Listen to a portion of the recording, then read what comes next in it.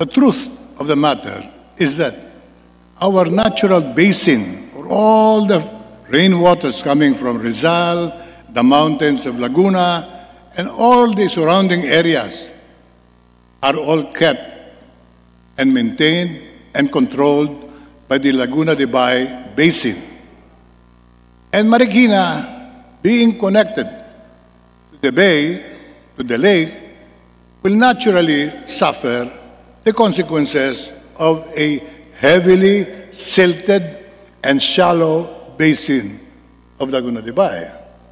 Wala po akong narinig kasi sa kanya na tumbukin natin ang problema. If we want to talk about Marikina, we should talk about Laguna de Bay. And when we talk about Laguna de Bay, the government already had a solution.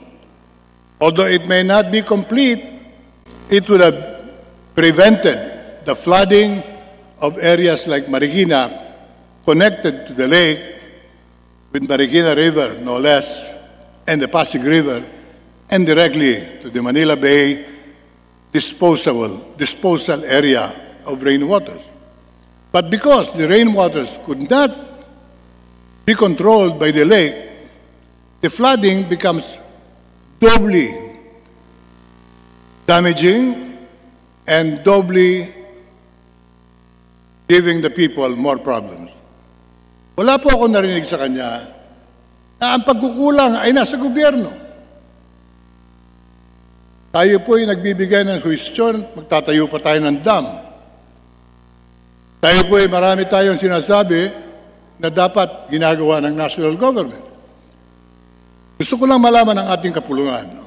Ang gobyerno ay meron na pong paraan upang mabawasan sana ang problema ng Marikina at ng mga surrounding areas. Kasama na po ang lungsod ng Maynila kung ang Laguna de Bay ay nagkaroon ng heavy dredging during the time of President Aquino.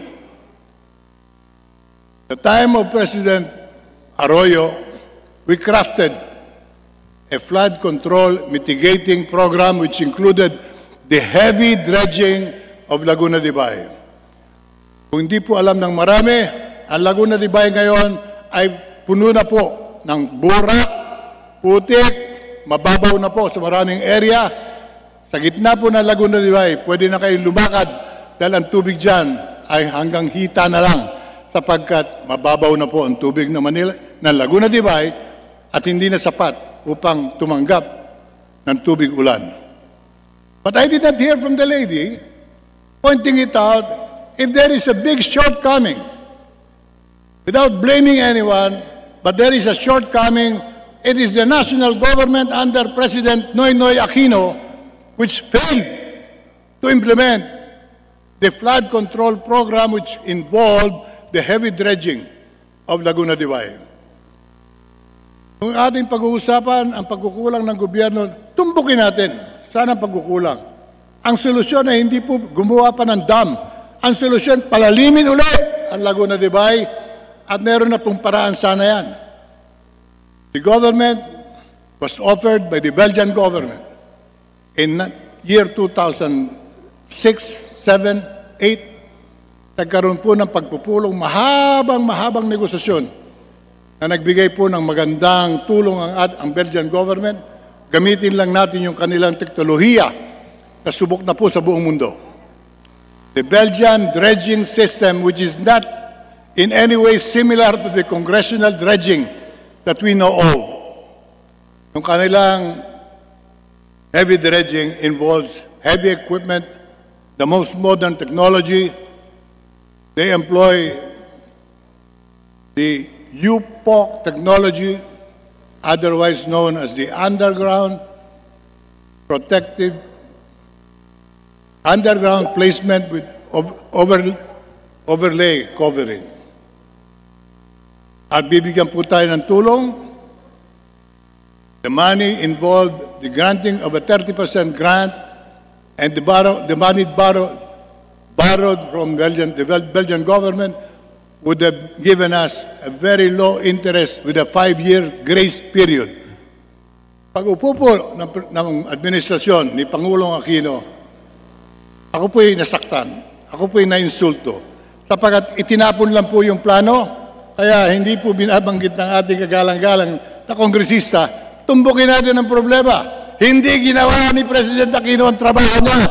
Tinapon niya yung programa, dinimanda po tayo tuloy ng Belgian government.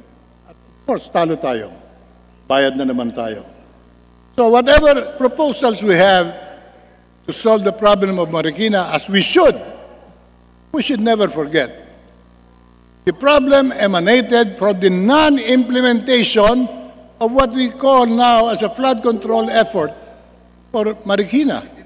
Ang Marikina po ibabahain sapagkat mababaw ang Laguna de Bay, mababaw ang Marikina River, mababaw ang Pasig River, pati Manila Bay po, mababaw na rin. Yun ang mga natural waterways that will solve the flood control problem of our nation, Metro Manila in particular.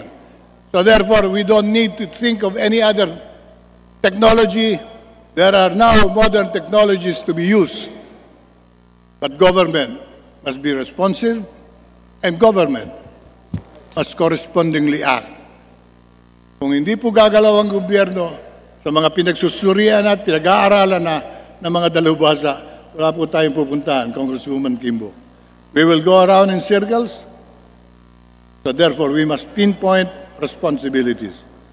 President Aquino should be made to answer, why did you not implement the heavy dredging of Laguna de Bay? You compared it to the dredging of a river in Tarlac.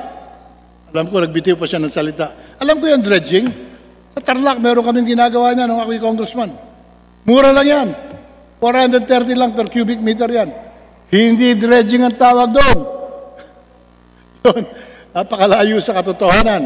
But because of his attitude towards the past administration, he did not implement the plans prepared by the Arroyo administration.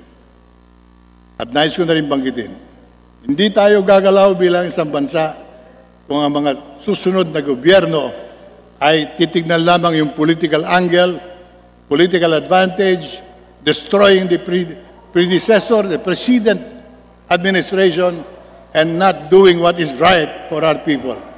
I'm really sorry for Marikina residents. I commiserate with the lady congressman, but we must be very candid about it. The administration of President Noynoy Aquino should be made to answer. Why did you not do your homework? You did not do your job. So before we think of any other thing, he should be made to answer. Mr. Speaker, that's precisely why I call for a review of the master plan for flood control. So kasama po dyan ang dredging po ng Laguna Lake. Pero syempre naman po, practically speaking, bago naman po makarating ang tubig mula sa Sierra Madre papunta sa Laguna Lake, ay dadaan nga po muna siya sa Marikina River.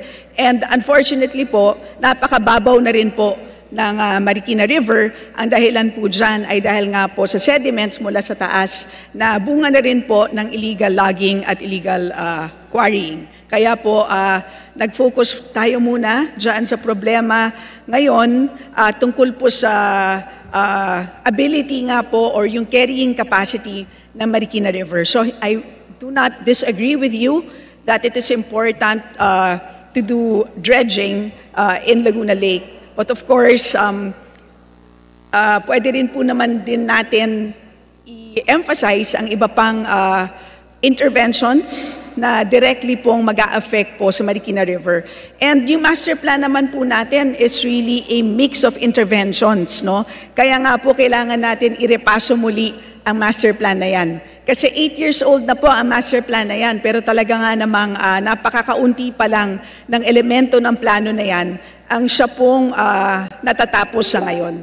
So maganda pong panawagan din po ninyo na in addition to, of course, focusing on Marikina River, tignan din po natin ang Laguna Lake, Mr. Speaker. With that, Mr. Speaker, I'm just putting on the record, if we are to look at the problem of Marikina, we must not absolve the administration of President Aquino. In fact, we should pinpoint the responsibility. Marikina would have been saved of this calamity if Laguna de Bay was indeed attended to during his time. But he failed to act on it. He probably just read comic books rather than look at the problem as analyzed and given a solution by that particular program. So wag po nating kalimutan, ang pagkukulang ay nasa gobyerno ni Presidente Noynoy Aquino. Maraming salamat po.